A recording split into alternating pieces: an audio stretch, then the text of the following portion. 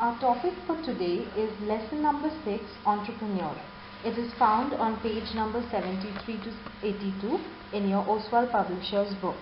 Now first we are going to see the meaning of entrepreneur, and this is the meaning given by J.B. Say. He is an economist and he has said that an entrepreneur is an economic agent who unites all means of production. And what are the different means of production that he is bringing them together? Land, labor and capital, and these help in producing a product. By selling the product in the market, he is paying the rent of land and he is also paying the wages out of the earnings he is getting from the produced goods. He is paying the rent of land, he is paying the wages of labor, paying interest on capital, and whatever remains becomes the profit of an entrepreneur. Okay, he shifts economic resources out of an area from a lower level into a higher productivity level. So this is what J.B. Say has told about an entrepreneur. This is who an entrepreneur is. Now we are going to talk about the functions of an entrepreneur, and the first function is risk-bearing function. Now basically an entrepreneur has to be ready. This person is a businessman and every business has its own risks, because all the business depend upon the demand of the people. If the society is demanding for a good, the business is going to produce more and more and earn a lot of profit. But actually every demand, every future is uncertain. Because of the uncertainty and unpredictability, the businessman or an entrepreneur should have the function of bearing the risks. The next point is administrative and decision making functions, which we will see further in detail because it has sub points also. The third one is distributive function. Now an entrepreneur should also have the function of distributing work to its labor, also distributing the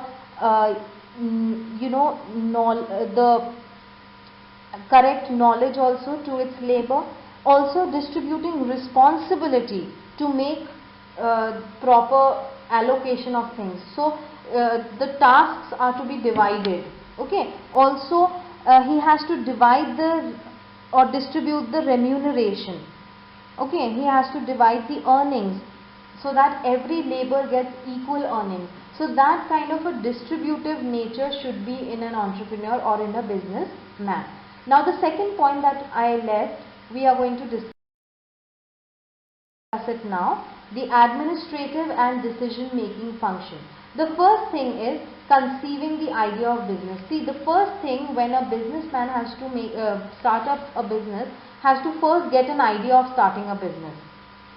And basically the idea should not be just a vague idea, but should have a clear picture about what nature of business is the businessman going to open up. The second point is estimation of details of business. So an estimate has to be made that what is to be produced in this business, how it is to be produced, with what kind of resources and from where these resources will come, when can we start producing. These are the things that the businessman has to estimate for his business. The next point is supervision and control of business activities. So what happens is that the businessman has to supervise and take control of the day-to-day activities that take place in a business in order to accomplish the business objectives. So for this he has to properly coordinate between factors of production. You can't just overuse a particular factor of production and leave the others. There should be proper equal utilization of all the factors of production, and therefore the businessman or an entrepreneur should have that kind of a controlling and a supervisory power in him.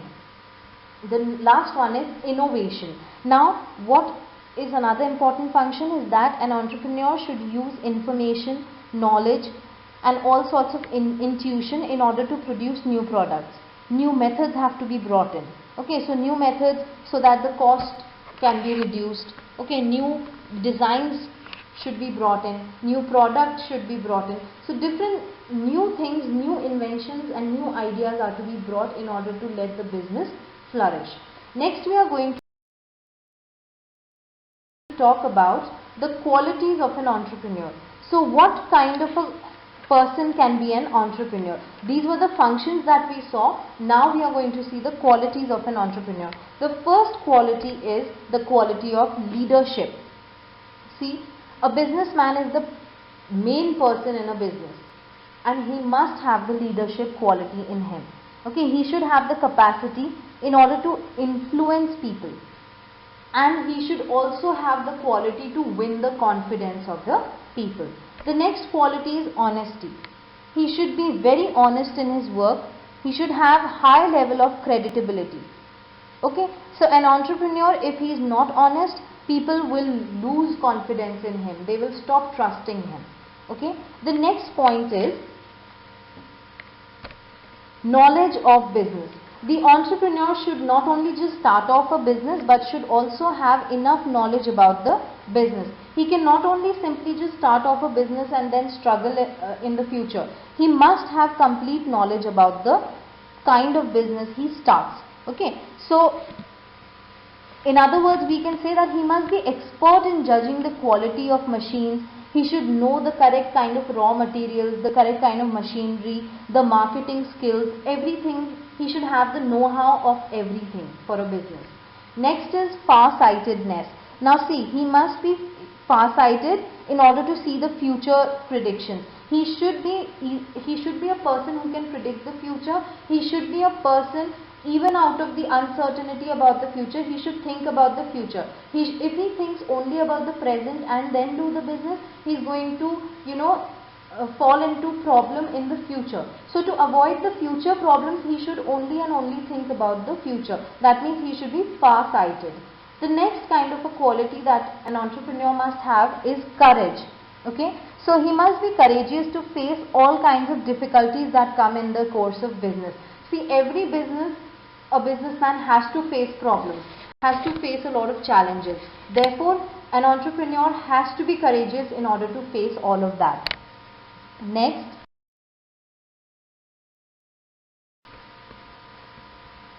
decision making ability. Now here, he should have the power to make decisions. Okay, he should have the power to make prudent decisions. Okay, and he should make essential quality kind of a person. He should have this quality, an essential quality of making decisions for different areas in his business. And the last point is delegation of responsibility and authority.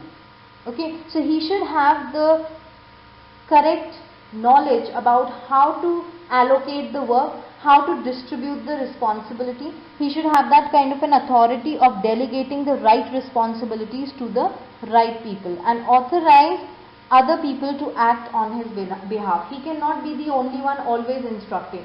So he should also appoint or authorize other people on behalf of him to act in his place. Okay, so these are the qualities. Now we are going to move on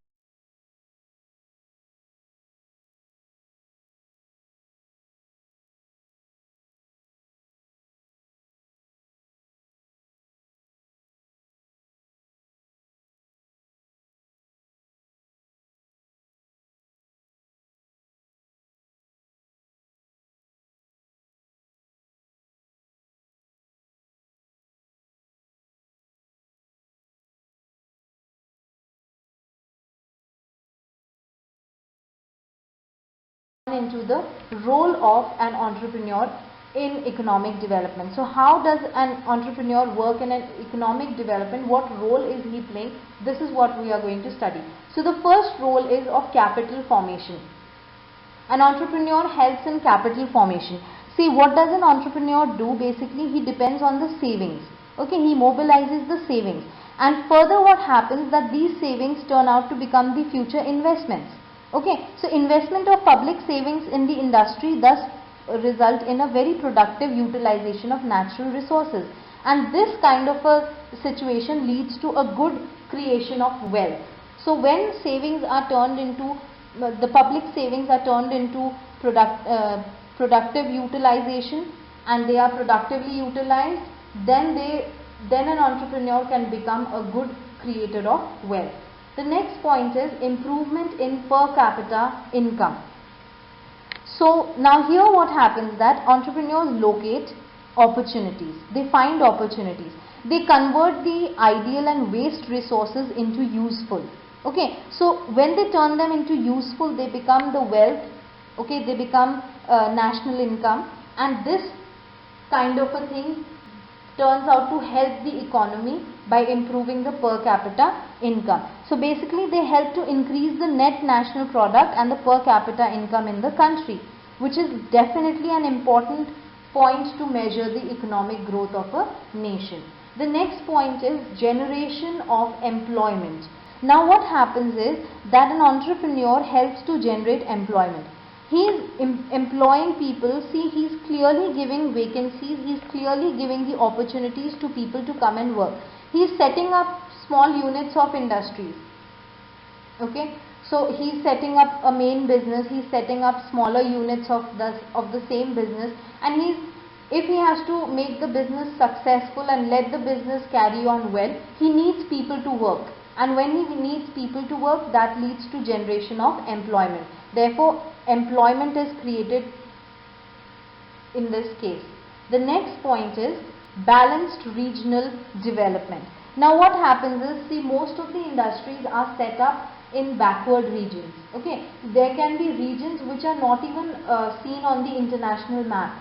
So such regions, they are backward areas, but through an entrepreneur's decision of opening up business units in such places, the regions are balanced. That means the regional development is balanced. That means the places which are not even known, they start getting to be quite famous.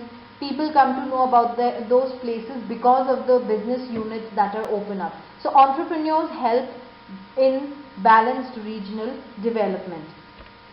The next point is improvement in living standards. See, entrepreneurs are setting up industries. So they are doing what? They are removing the scarcity of essential commodities. They introduce new products. And in this case, what happens when they are introducing new products? They are involving the small scale industries also.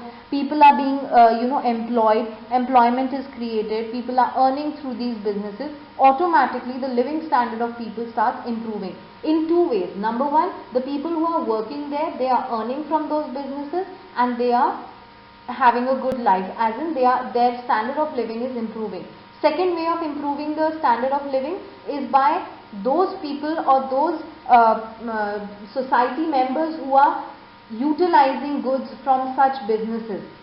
So when good commodities are being produced and the society is utilizing them, consuming them, their standard of living also improves. The next point is economic independence. Now see, when a good businessman is involved in business, he starts importing and exporting. Okay, he will start sending the commodities produced to other countries and will start taking raw materials and other commodities from other countries for his business. Now that leads to economic independence because we start earning and the economy starts becoming very stable and independent. So basically the economy does not have to depend on anything. Okay, and also we have to understand that entrepreneurship is essential for the purpose of national self-reliance. That means self-dependence. Okay, so such kind of imports and exports, they promote to help and ensure economic independence. The next and the last role is backward and forward linkages. Now what happens here is that an entrepreneur actually initiates changes, okay, which is a chain, which is in the form of chain. Now for example, let's say a steel plant has been established and it generates several other units also, and the business is expanding and the demand for iron is increasing, the demand for coal is increasing. Why? Because of the steel plant. So this will be a backward linkage. Okay, so basically by increasing the supply of steel, the plant facilitates the growth of machinery, building, tube making, utensil manufacturing and other units. Now if steel is being produced, it is further producing what? It is further helping in producing utensils, steel utensils. It is further helping in making tubes. It is further helping in making machineries, because steel is used in making machines also.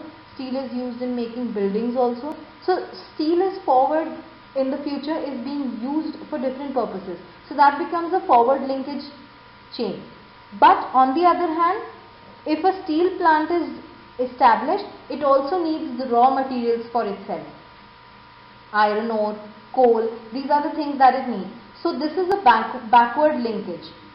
Okay, so this is how the an entrepreneur or a businessman helps or contributes in economic development. I hope you have understood the lesson, and it will be very good if you can follow this lesson in your books while watching this video.